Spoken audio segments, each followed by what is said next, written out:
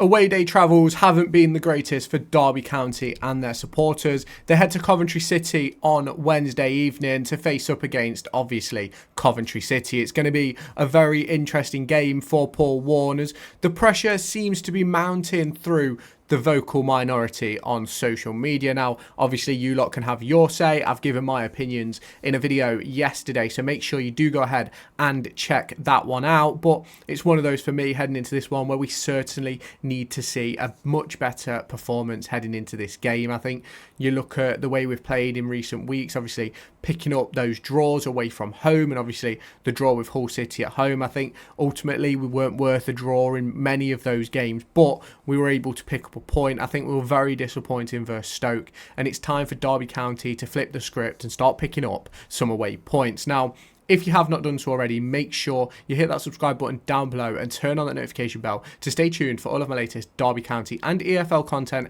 heading your way across the course of this season. My EFL Championship and League One prediction video will either have been out yesterday or be out later today, so make sure you hit that subscribe button to stay tuned for that. As we head into round 14, it's another away day for Derby County at the Coventry City Building Society Arena. It's going to be a very, very difficult one for Derby County. Obviously, we know they've had their struggles on the road this season. We looked through Paul Warne and his away record in a video yesterday, and it's one of those for me where I think we are in real trouble as Derby County and Derby County fans of this away form becoming a real problem. You go back a few years to the season we got relegated, obviously with the 21-point deduction and administration, and I think we lost, I think it was 8 away games on the bounce towards the back end of the season, and ultimately we finished, I think it was 5 points off the drop zone, and you win a couple of those and you stay up and you complete a massive task. Now, Paul Warne has got to turn this away form around at some point over the course of the next few weeks, because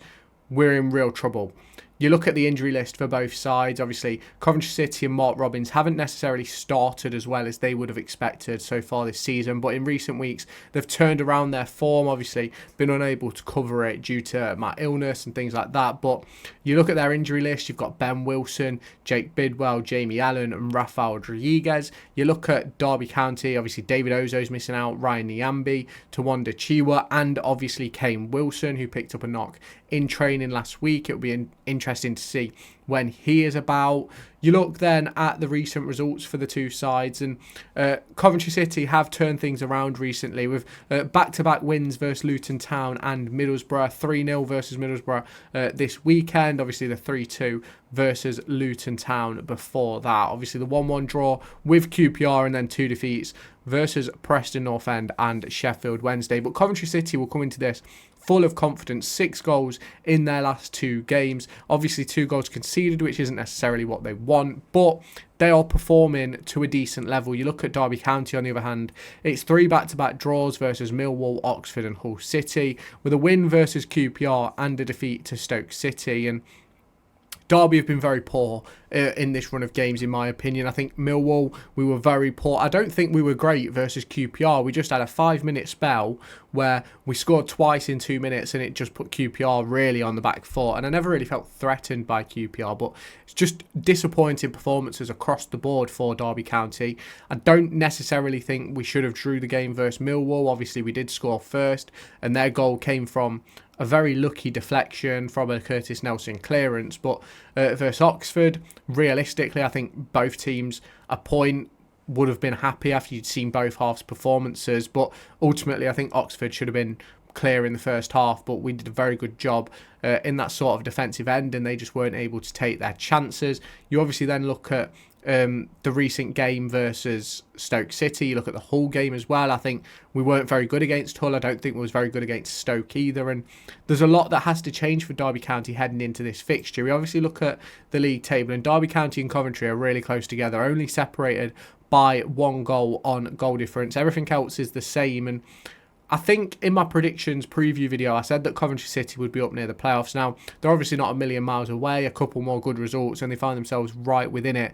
But also, you have to look a little bit further down, and a couple more bad results also puts you back in that relegation fight, as the likes of QPR, Portsmouth, Plymouth have all found that you're just not in a really good position when you're only 3 or 4 points away from that drop zone. And it is going to be interesting to see how this game transpires. You obviously look at the away record for Derby County, 23rd in the division, just 2 draws, 2 points. They've scored 6 away from home, conceded 13. So you're in a position where you look at Coventry City at home, and they've obviously not been great at home, but 3 wins, 3 draws. It's still 3 wins, 3 losses. Sorry, it's still massively better than Derby County's away form, and it is going to be very difficult for Derby County. And for me, I can see a change of system. I can see a change of structure for Derby County, not just in the fact of because we're away from home, but because of the injury list that we have. And it's not necessarily that the injury list is bad and it's massive and stuff like that, but it's just the players that are injured. Niambi, Wilson, both right backs who are better defensively than Joe Ward. And you then look at, obviously, Jake Rooney's coming back to fitness, who could potentially play that right back role, but realistically, it's a defensive outlet. It's not giving us anything really going forward. And if we get the team, there is a team builder on here somewhere. If we get the lineup builder up for Derby County, I'm going to talk you through what my thought process is heading into this next set of fixtures. So there's a couple of systems which I think we could go for, starting off with obviously the 3-4-3, where I think we would potentially bring in, where is Nathaniel Phillips. I think we could then keep Joe Ward on the right, Osborne probably on the left, but you'd probably have to go with Callum Elder. The midfield 2 would probably then be Ibu Adams and Kenza Heldmine, and you probably stick with the front 3. But you could obviously bring in a Corey Blackett-Taylor, or I don't know if Tom Barkhazen is fit, but you could bring in a Tom Barkhazen and things like that. You obviously then look through the list. Obviously, Dejan Brown could come into the front 3. You could obviously move Joe Ward 1 forward, who could come into that role. You probably couldn't do that, actually. Realistically, I'm lying to you. You can't move Joe Ward forward because you've got no one else to play in that right back position due to injuries. So that is one of the situations which I think Derby County could do. You obviously then have the 3-5-2, which I do think is a possibility, in which case you probably play this sort of system. And in my opinion, if I was playing this system, I'd go with Dejan Brown up front with Jerry Yates, but obviously there is also the option for James Collins. So it's one of those for me where Derby County are in a situation where there's plenty of options. This is the 2 3-back formations I'd go through. Obviously, the 3-4-3 you've just seen. There's obviously this one. If you did want to go with a 4-2-3-1, I'd probably go something like this with Nelson at right back, Kenzo in the 10. I'd then put... Where is Liam Thompson? Liam Thompson. I'd put Liam Thompson in there. You obviously then probably would go with Mendez-Lang on the right.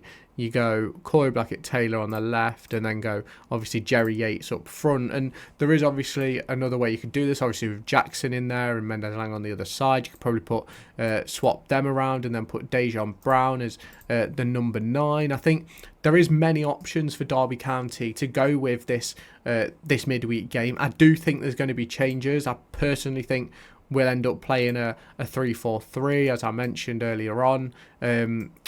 And I just think that's probably sort of the best way for Derby County to go forward, given the injury record. Obviously, Jake Rooney is coming back to fitness, and he spoke about it a few times on his social media. We've seen him play in the National League Cup. He's played a few games for the under-21s. In my opinion, he's probably not quite ready to go straight in from the start, but I wouldn't at all be opposed to say we'll just go into a 4-4-2 just for the understanding of where Rooney would play, of Jake Rooney going into this position here as that right back, or potentially if you're putting him into a 3, you put him in that right wing back slot or this right centre back slot to sort of open up the door for whoever's playing in this position. If he was in this place, you go with Joe Ward, and then you can have Mendez-Lang come in narrower, or you could play Dejan Brown there to give an outlet out wide, but then obviously offer that support for Jerry Yates, which you could obviously swap them over and things like that. So it's one of those for me where he could play obviously in that position. You go to the 3-5-2 and you could put him into the midfield three. Obviously, we probably wouldn't go with Mendes-Lang at right wing back, but Jake Rooney can play in that midfield, which would offer a bit more technical ability than Ibu Adams, but would also offer a bit of extra defensiveness. You'd probably go more like that with Kenzo sort of sitting there, but you get what I mean. And it's one of those for me where there's a lot of options for Derby County. I don't necessarily think that Jake Rooney will be the one to come in. I personally think it'll probably be this 3-5-2 here. You'll probably get Caden Jackson and Mendes-Lang. You probably go Phillips, Nelson and Cashin at the back with with Joe Ward at right wing back if I can find him. I think this is probably what we'll go for against Coventry. You can obviously let me know your thoughts down in the comments. I think it's going to be very interesting to see what Paul Warne does do. I think there's a lot of options for him, not necessarily in the position where he wants the options, but the options open up with those opportunities for players to come in and make their mark. Now, obviously, heading into this game, Derby County will be looking to secure 3 points, something which I don't think we've done since coming back from the international break. So it's going to be very interesting to see. I can't remember if QPR was before the international break or after, but it's going to be very interesting to see what Paul Warne does do in this midweek. Obviously, as I'm recording this right now, haven't heard his pre-match interview. If he does one, it might obviously be one of his assistants, with it being a midweek game. So it's one of those for me where I think we're certainly in a position where lots of things can change and lots of things can happen over the course of the next couple of days, the next few weeks. And do I think Paul Warne's under pressure right now? No. Do I think there's a possibility for him to be under pressure? Absolutely. So if you have not done so already, make sure you hit that subscribe button down below, turn on that notification bell, hit the like button, and I'll catch you in my next video. Make sure to go and find me on TikTok, pictured here, and Twitter, pictured here. These are the places where I'll keep you all up to date with all my upcoming videos and my thoughts and feelings around the Formula 1 and Football Week.